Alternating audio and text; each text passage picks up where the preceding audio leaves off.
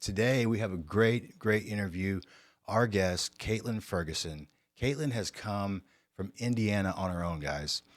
She's been on several missions trips with us with her church from Indiana.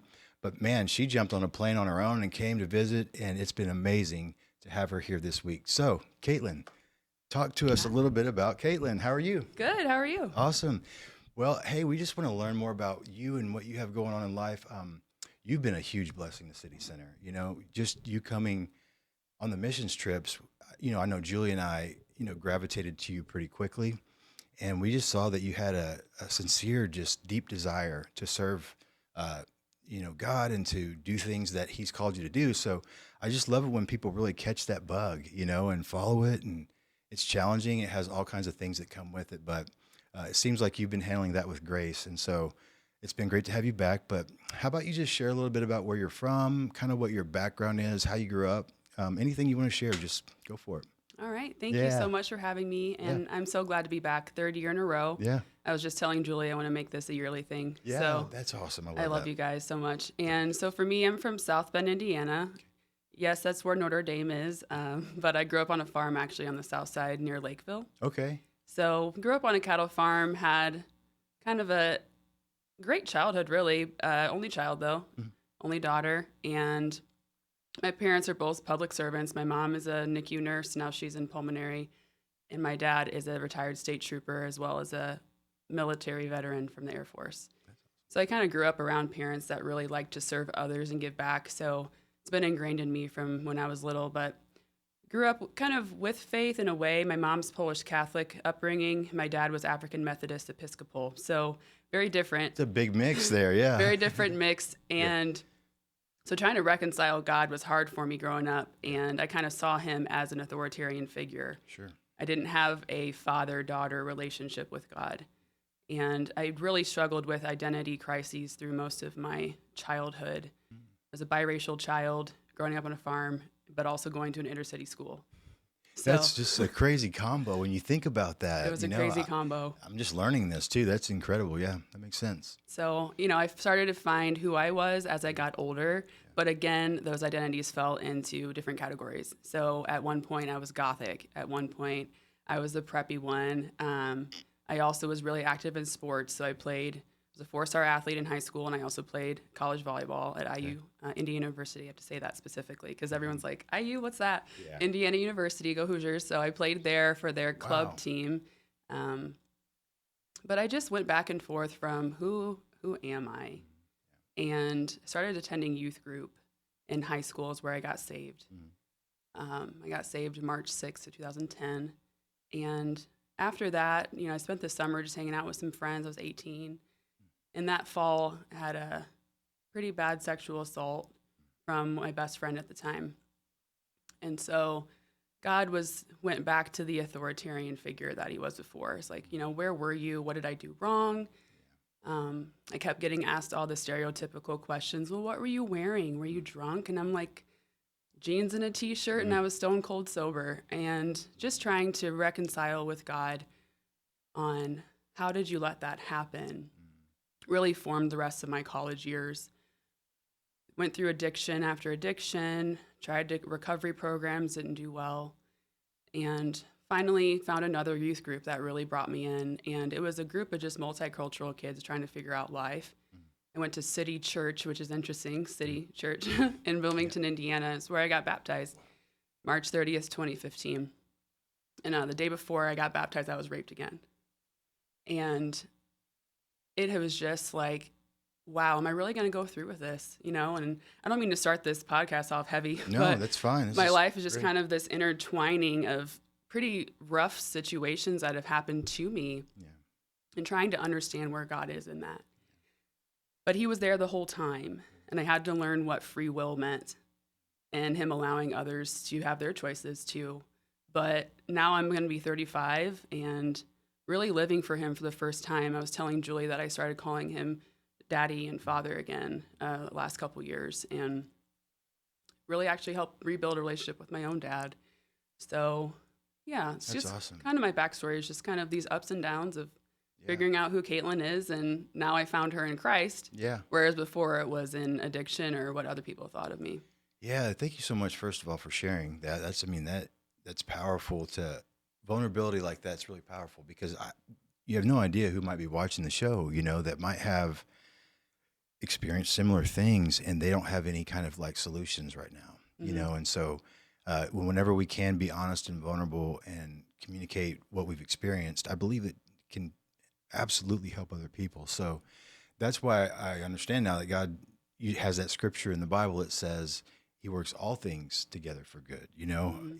Everything, even that horrible, horrific thing that happened to you, things twice that happened to you. And what I love is that you didn't let that define you. I know it had to have been hard. It had to have been emotional trying to figure, and I'm sure you're probably, like any of us would be, still figuring a few things out regarding that. But you didn't give up, and you didn't decide to be a victim to that. And I really, I want to know what made that decision easier for you, or what made you make that decision to say, you know what, I'm not going to stay here in this place and just let this affect me in a way that makes me, paralyzed. I'm going to actually move forward. What was the decision like in that moment? Like the day before you're getting baptized, when that happened again, Hmm. was there a moment that just kind of like clicked in you where you knew you had to move forward and you weren't going to let that hold you back? People, Yeah. just being around the right people. I Yeah. don't think if I was at that church, I would have heard some of the positive just counseling and wisdom that I received from the Lord, of course, through them as Mhm. vessels. But I remember with someone telling me, you must really be special if the enemy is trying to come for you this hard. Mm. And that's why I decided to go through with it, because I thought, okay, well, I was still newer to the faith. I still didn't quite understand scripture as much, but I knew that once I went down in that font, I was going to come up clean. And no matter what this guy just did to me, no matter how I'm feeling, I know that when I come out of that water, I'm going to be a new woman. Yeah. And that's all I really thought about, was like, I get a fresh start Yeah. and I really just want to move forward. Sure. So that was really it for me, was Yeah. just like, okay, why would these things keep happening to me outside of my own doing? And no matter what happened to someone, whether it was their own doing or not, it's just the idea of, okay, you are a treasure Mm-hmm. and someone is trying to steal that. So let's just do this God thing and see what Mm. happens. Sure. Well, and I'm sure you probably felt like, man, I'm not sure what my options are, At that point, no, yeah, it was bad for Yeah. me, and it wasn't great after that. I mean, it wasn't like the baptism was this quick fix and all of a Right. sudden life was great. Right. But I also just felt clean Mm. for the first time in my life, and I allowed others and what they did to me to make me feel dirty, and that wasn't fair to myself. It wasn't fair to the little girl on the playground who was trying to find herself and play alone all the time and go up to people, and I wasn't black enough and I wasn't white enough. I was too tall. I had a major gap in my teeth. Like, I just wasn't the person people wanted to be around, but I learned that God wanted to be around me all the Sure. time if That's I so let good. him. Yeah, it's so good. Because I think a lot of I think all kids face some kind of, feeling like they don't fit in, you know what I mean? But, I know this because my nieces and nephews, I have some nieces and nephews who are mixed, and, they share the same sentiments. It's like, I'm not enough of this for this group of people. I'm not enough of that for that group of people. And, Mm-hmm. if you live your life trying to satisfy those people, you're going to come up empty all the time. Yeah. And I've done that, and it's exhausting. It's never satisfying. But when you realize, like, hey, there's one person who actually created me that I Mm-hmm. need to really consider, that changes everything. Yeah. So that's really cool that, as painful as it has been, I'm sure, to see where, you have a relationship with God that's very unique and genuine and powerful. But then, too, you have the ability to communicate in a way to people that have experienced the same thing, to communicate hope. Like, hey, this is going to be hard, but there's something beyond it that's way better. Would Yeah. you agree with that? So much better. I mean, Yeah. really, I tried all the different routes. Yeah. I don't need to go down them with you today, but Sure. I've Yeah. tried all the No, I get routes, it. and it's like the only one that can truly fit the piece that's missing is God, because like you said, he created me. Hmm. He knew what he was doing. He knew that he wanted a daughter that was mixed with what I was mixed with and could connect with people in a way that he wanted me to. And even through the mental health crises that I had and Now I can see someone and see, oh, wow, I know what you're feeling. It may not be you, but I can relate to so many different people. And who am I to tell him that he was wrong? Right. There may be things about myself I wish I could change, and I'm trying to steward this temple well. Yeah. But at the end of the day, I look, act, behave within reason the way that he created me to be. Sure. And accepting that has been liberating because it doesn't matter what other people think about me anymore. Sure. That's great. Well, I love that. And I love that you're in that place. And I really appreciate you sharing that because I know, like, again, I've said it for 3 times now. But again, if you're out there and you're listening to this and you have any questions about something that you're trying to navigate that's very similar, please feel free to reach out to us at info@voicesofokc.com. We'd love to hear from you and offer some kind of feedback. But Caitlin, what was it like when you first came to City Center for the first missions trip? So how did that come about? Hard downshift to a different subject. No, that's fine. And so I went to still go. I'm not a member anymore just because I moved, but I was going to Vineyard Mishawaka in Mishawaka, Indiana. And they were presenting this opportunity to go on a mission trip. I did not have the funds, and I was like, well, I'm going to step out in faith. I'm going to try this, you know. So I ended up getting all scholarship for it. Wow. And hopped on the bus for 15 hours with a whole bunch of buddies from church and rode down here. And I just remember pulling up, and it was like time stood still for me. It was like, you know, those moments where things just click together. Yeah. And you're like, oh, okay, this is why I'm here. This is what's going on. Yeah. So being able to walk through the door and just feel like there was people that wanted me there, first of all, was huge. Whether I was there on a mission trip or I was there for food, if I was there for fellowship, whatever, you guys treated every single person the same. And I love that about City Center. And I also appreciated how you and Julie really saw me as a person and saw potential in me that I didn't quite see at the time. And just the immersions that we went on, the people we connected with. I mean, I still pray for Oscar, and I pray for Kathy and her husband and Carla. Like, all these people I've met are now my friends, and I hope to see them in heaven. I hope to not see them again while I'm in OKC because I hope they're like living their best lives. So good. But I hope to see them again in heaven. So just City Center has been that click for me. And coming back a second year, again, I got a scholarship out of nowhere. Someone literally walked up to me at church and he was like, hey, I felt led to give you this, and gave me a massive check to be able to come down here last year. And so that was definitely God. And again, this year, they did not have enough people to go, only because they've been shifting some things around at church. It wasn't like people weren't interested, but the church decided that they were going to postpone. And so I was like, man, I need to be there. Wow. So I text Julie. I'm like, hey, like, is there any way I can still come through? Like, I really want to be there. Yeah. And again, money came out of nowhere. I had exactly enough Southwest points to get on a flight and come down and back. So I knew I'm supposed to be here. And I've just had a lot of confirmations in my prayer time here as well, and the connections that I've made that have just continued to be, as Christian just told me downstairs, like, he's like, you know, God is the lamp unto your feet, the light unto your path. Yep. And if he shows me any more than that, then I'm going to run around in all kinds of directions. So I have to just trust that next step. And so each time I've come here, I feel like there's been not just a step, but like a leap forward where the light just shines a little bit further, and I go back home on fire. I love that. Well, I love that. And I love that we hear, you know, oftentimes we do hear stories like that people are, you know, somehow maybe inspired, or something happens while they're on a trip here and it motivates them to do something similar in their area, or even, and for you as an example, I think you were motivated to start a nonprofit of your own. And so we, you know, you started that whole process of getting things on paper, and that's exciting too. So what was that like? So what, was there a moment last year that clicked in you that was like, I need to start a nonprofit?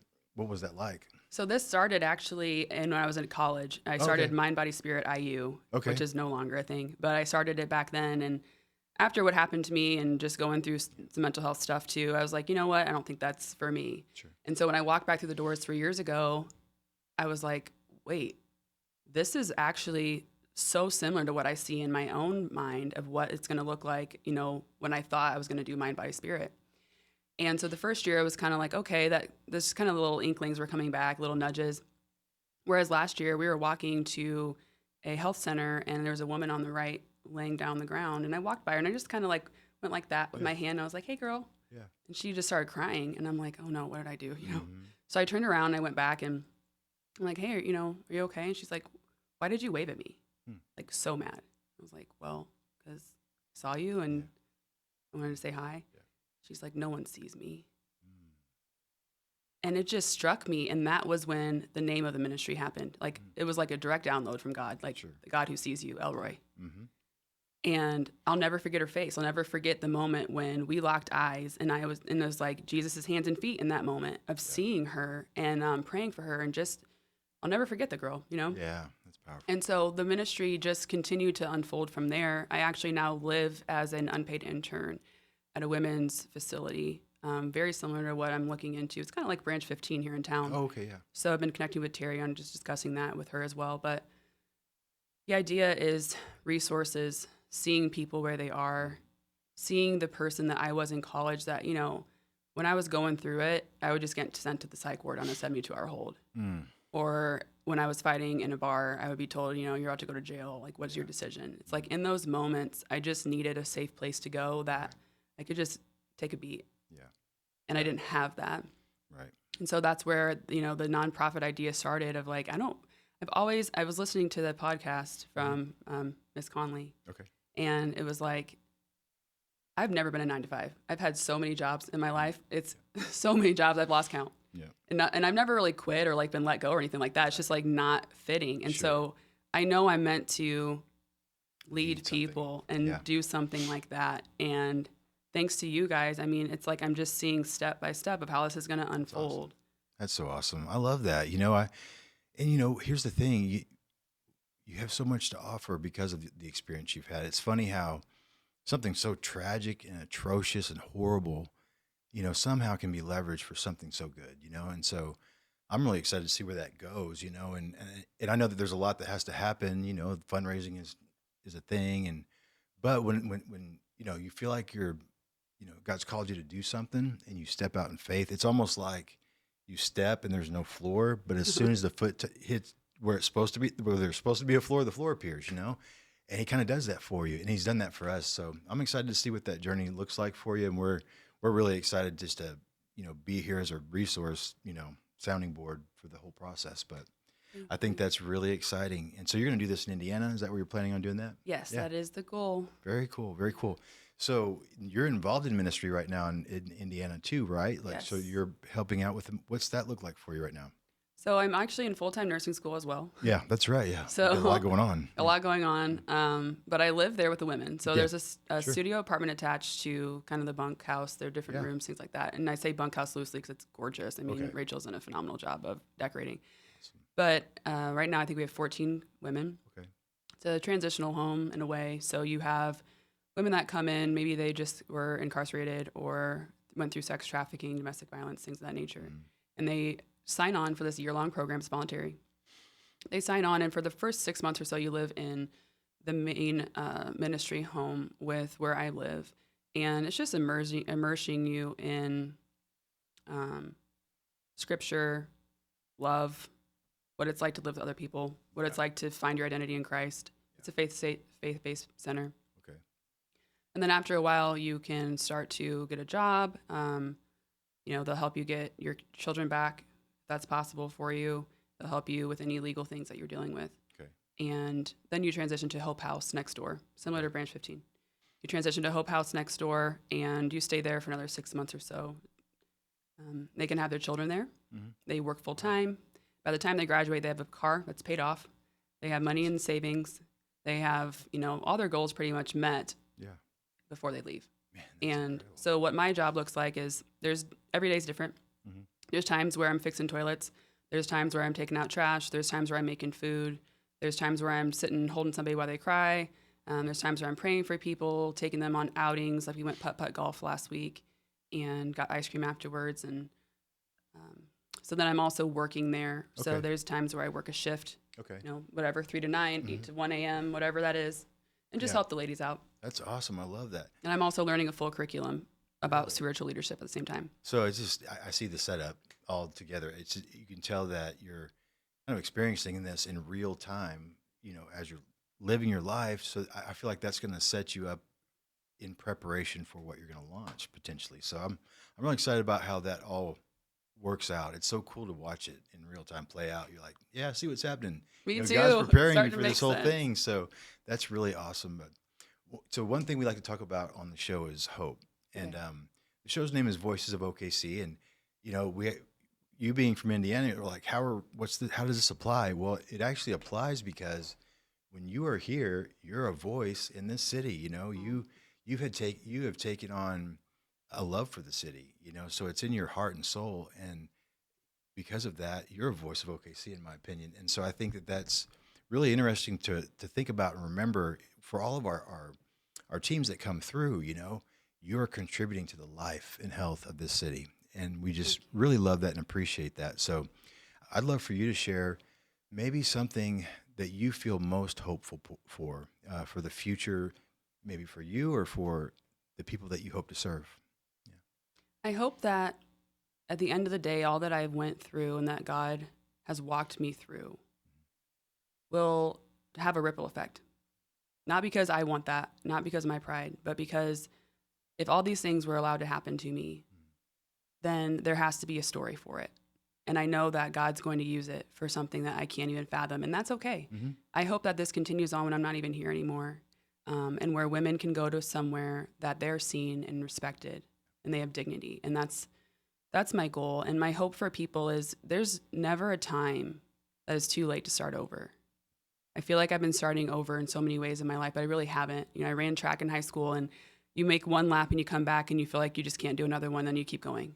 And then you keep going. And then you get to the point where you get through that breakthrough and you just can go and go and go and go. The runner's high at that The runner's point. high at that point. And so for me, I thought, oh, wow, I'm going back to school. I'm going to start a ministry now. Like, I haven't even started a family yet. Like all those hopes and dreams I have. And God's like, yeah, I know. Yeah. Those things are important, but we're going to get there. And so just keep going. Yeah. And no matter how old you are, no matter how young you are, you have a vision that God's given you, and trust that he's going to play it out. It may not look the way that you want. It may not happen as fast as you want, but if it's something that he has birthed in you, it'll come to life. So good. Yeah, it's really good encouragement.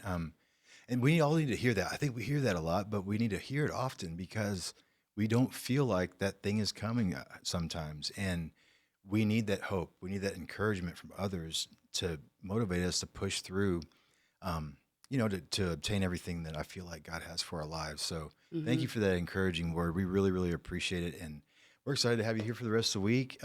What's your plans for the rest of the week? Have you gone? So what's your favorite? Let me ask this really quick. Favorite ice cream place in Oklahoma?